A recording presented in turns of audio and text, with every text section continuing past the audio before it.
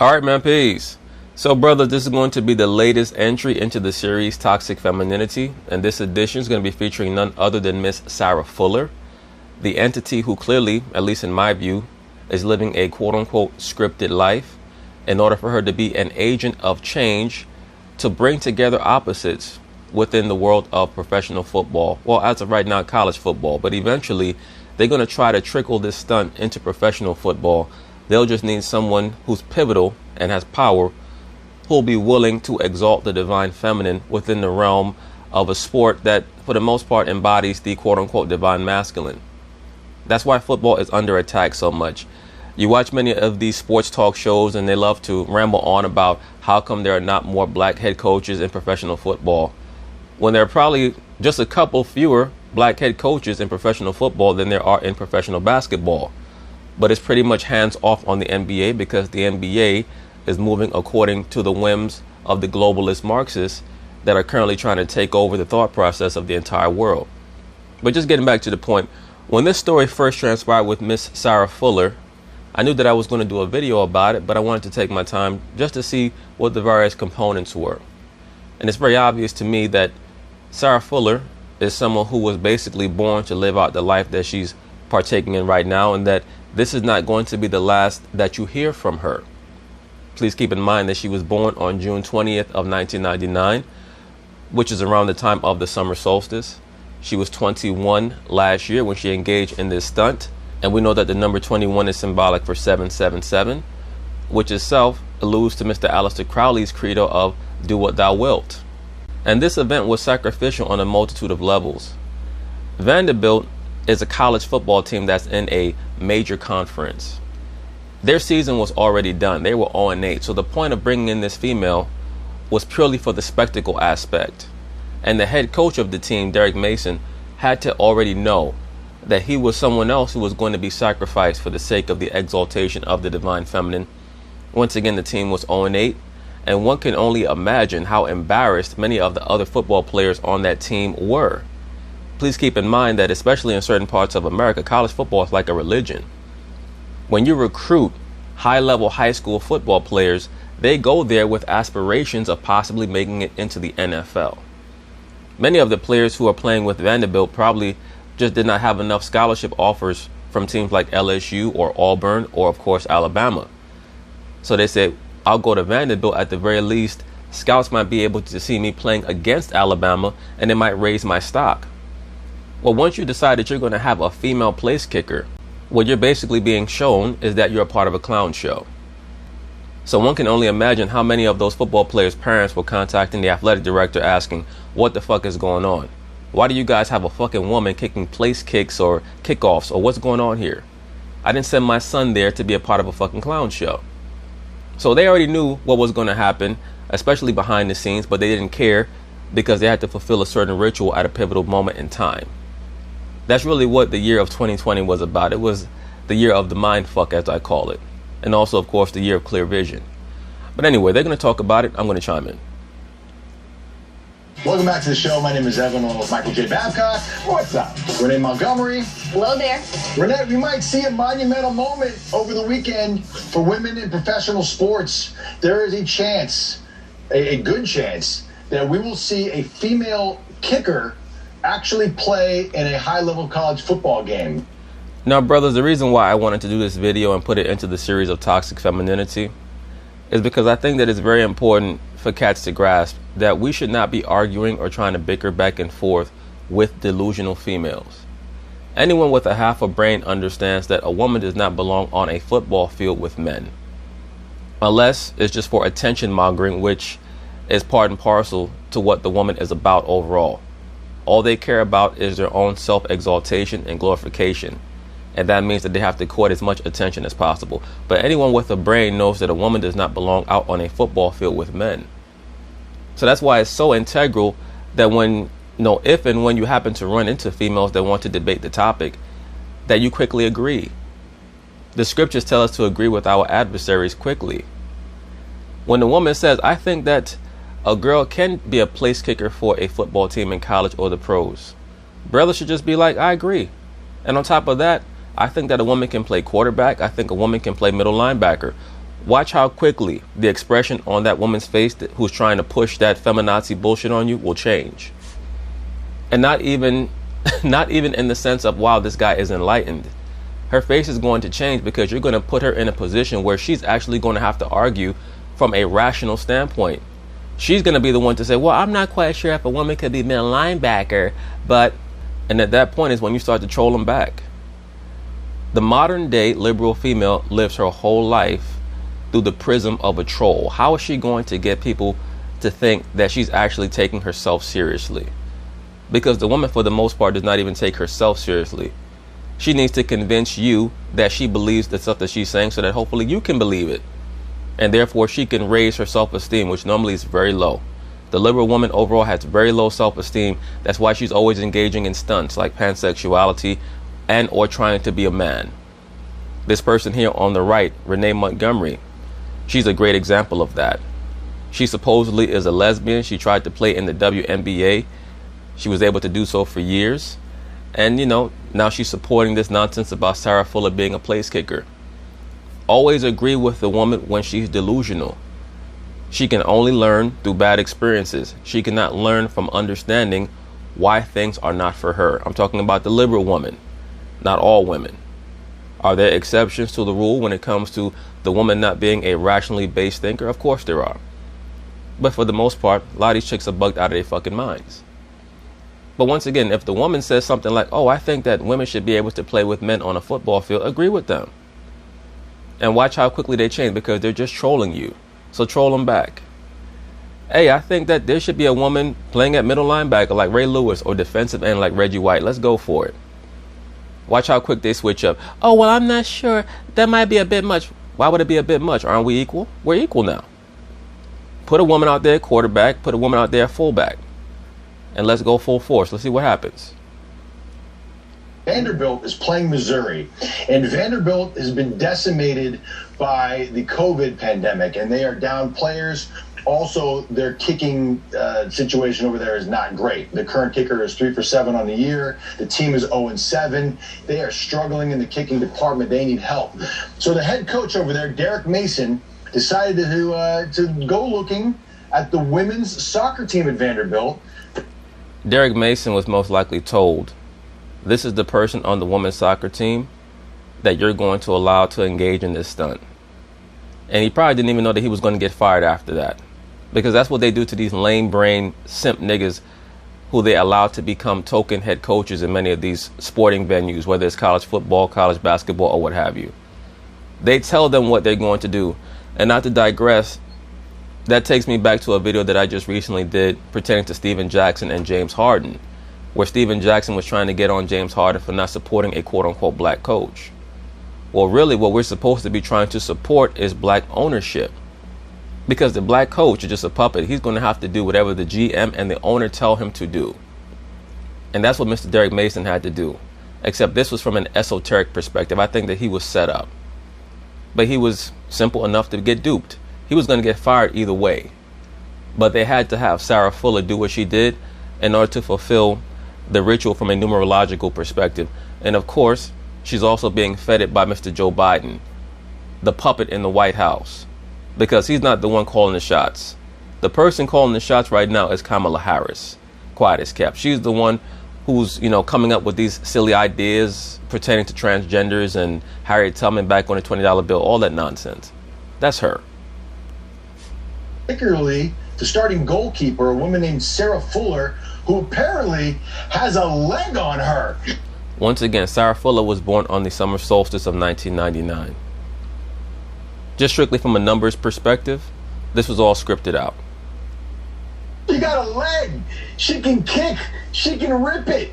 It's like a page out of the movie Necessary Roughness. Remember that movie? It's like Necessary Roughness. I love that movie, and I know Renee has not seen Necessary Roughness. It's like Necessary Roughness. They're like, yo, the woman on the soccer team can kick. Let's bring her out to practice. She's not. So now the head coach of Vanderbilt, Derek Mason, is saying that he's confirming that she actually participated in a practice with the men's football team this week, and there is a real possibility that she could get in there and kick one for Vanderbilt against Missouri this weekend. That's why I tell brothers, this tenure with Biden and Kamala Harris is going to be such an eye-opener. It's going to be the best thing that has ever happened to the so-called black man. It's going to force a lot of brothers to wake up. And or it's going to force other so-called brothers to make a commitment to the liberal side so that they can declare what their allegiance is. Because things are going to become so much more partisan and separated and polarized, quote unquote, than ever before. Because, you know, once again, at one time, what the Democratic Party represented was a quote unquote liberal faction that was, you know, maybe just for quote unquote equality or for the opportunity for people to have access to certain things. Now the Democratic Party has declared itself to be fully globalist, delusional, and for the over empowerment and exaltation of the LGBTQ and mentally disturbed, toxically feminist women, as opposed to just giving people an opportunity to have the right to live their life, you know, in quietude and in, you know, anonymity per se. But it's very clear that the Democratic Party has decided that they're going to go full bore, you know, into these Luciferian agendas. And the quote unquote Republican Party, they don't know what the fuck they're doing. I mean, for the most part, their whole thing is we're just trying to protect our quote unquote way of life, which never really existed anyway. So we'll see how things are going to transpire in America over the course of these next 10 years. But once again, it's going to be very revelatory for the so-called black man. Would make her, if it happens, she would be the first female to ever compete in live action for a Power 5 football program. Okay? Take a look. Is it possible that Sarah Fuller could be your kicker Saturday? Well, I mean, like right now, we're just looking at, you know, in all options. Oh, nigga, please. You already told that Sarah Fuller was going to be the one kicking for your damn team. And once again, if you're a player on the Vanderbilt football team, the Vanderbilt Commodores, I think that they're called, can you imagine how many of those cats went to the athletic director and said, I want to transfer immediately because I'm not going to be a part of this fucking shit show? That's why they had to fire this dude right after the damn game. You know, man, Sarah, I mean, her coach, Darren Ambrose, and I are you know, extremely close. Like for us, you know, talking to Sarah, she's a champ, and no pun intended. I mean. And once again, you have to really sit back and ponder and ruminate on the poor self-image of the vast majority of these liberal females, where they're constantly in need of some type of sense of usurping the male role. They claim to be happy and proud to be women, but they're always trying to be men. You don't see men sitting back saying, you know what we need to do? We need to take over the hairdressing industry. Heterosexual men, we need to take over the hairdressing industry and the nail salon industry. Because men are already good in their fields. And there are women who are hairdressers or who operate nail salons that are making six figures. So it's not about, well, women make less money than men. In a capitalistic society, it's about what's in higher demand. That's what's going to determine the amount of money that you make. But once again, the man by nature has a sense of self-satisfaction that the woman is never going to have, because the woman was created to appeal to the man, not vice versa. Just coming off an SEC championship in soccer, and then you know, coming out and just looking at, you know, what we do and how we do it, and she's a complete competitor. She's an option, you know, meant for us, and so right now that's where we sit. What do you say? I say, like, you know, it's always interesting because I love what he said about her. He didn't talk about necessarily her leg and how strong, like, that's important, but he was like, look, she knows the system, she knows what we do. Like, for fans, that should be the most important thing. Like, they're not doing it as a publicity stunt. Give me a fucking break. The only reason why they did it was for a publicity stunt. You mean to tell me that they couldn't find a male kicker who actually had real ability to fill that role?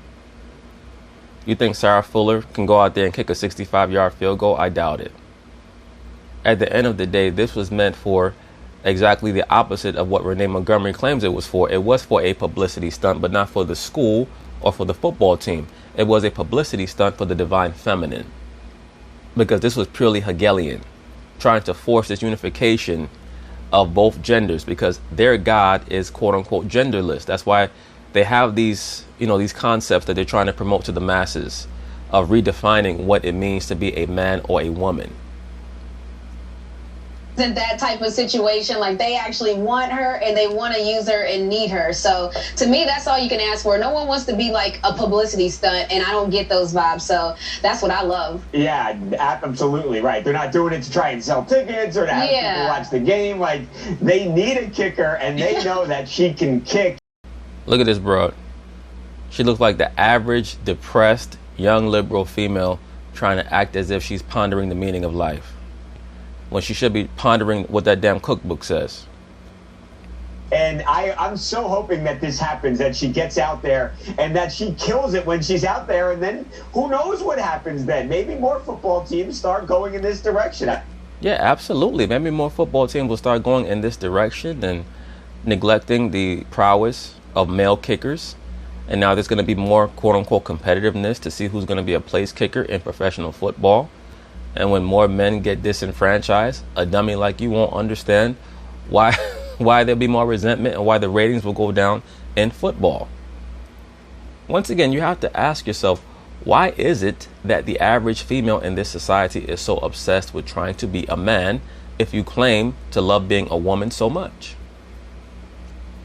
I'm a little conflicted, and I'll tell you why. I'm just going to be honest with you. All right? You guys can tell me if you think that I'm full of it, but just tell me straight up. Like, first off, this guy in the middle, Evan Rosenblum, is full of shit.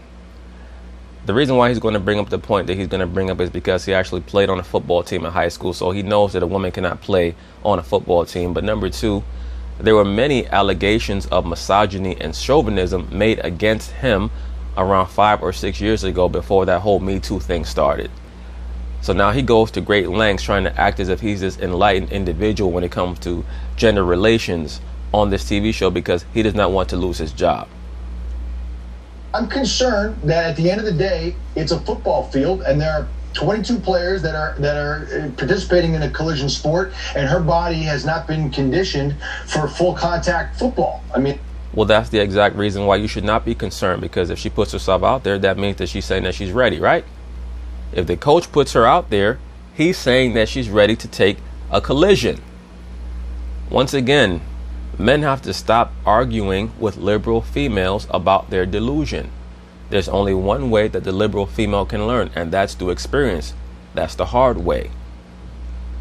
That's the reality of it, and I know that she's just kicking the ball, but there's always a chance that, a snap goes awry or something happens and she can take a hit out there. And I'm just, And that's fine. That's part of the game. Hope that everyone is considering that when they make a decision whether or not to put her on the field, because look, she's clearly a talented athlete, and she's in great shape, and she's got a killer leg.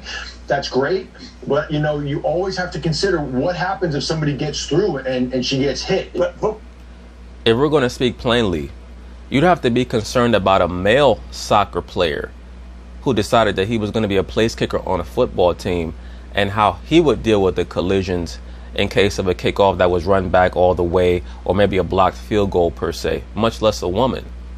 That's why the answer is to not be concerned about her at all, because most people would not be concerned about a male soccer player who was out there place kicking and got ran over on a kickoff return. So why be concerned about her? Is a very physical game. I think she's up for it, and y'all better protect her then. That's what I say. Y'all should protect her. Hey, brothers, you hear that? That's part of the woman entitlement philosophy. Protect women even though we're equal to men. This is a concept that the modern liberal black female especially has been pushing and promoting very hard lately. You only have to protect someone who's weak or weaker, right?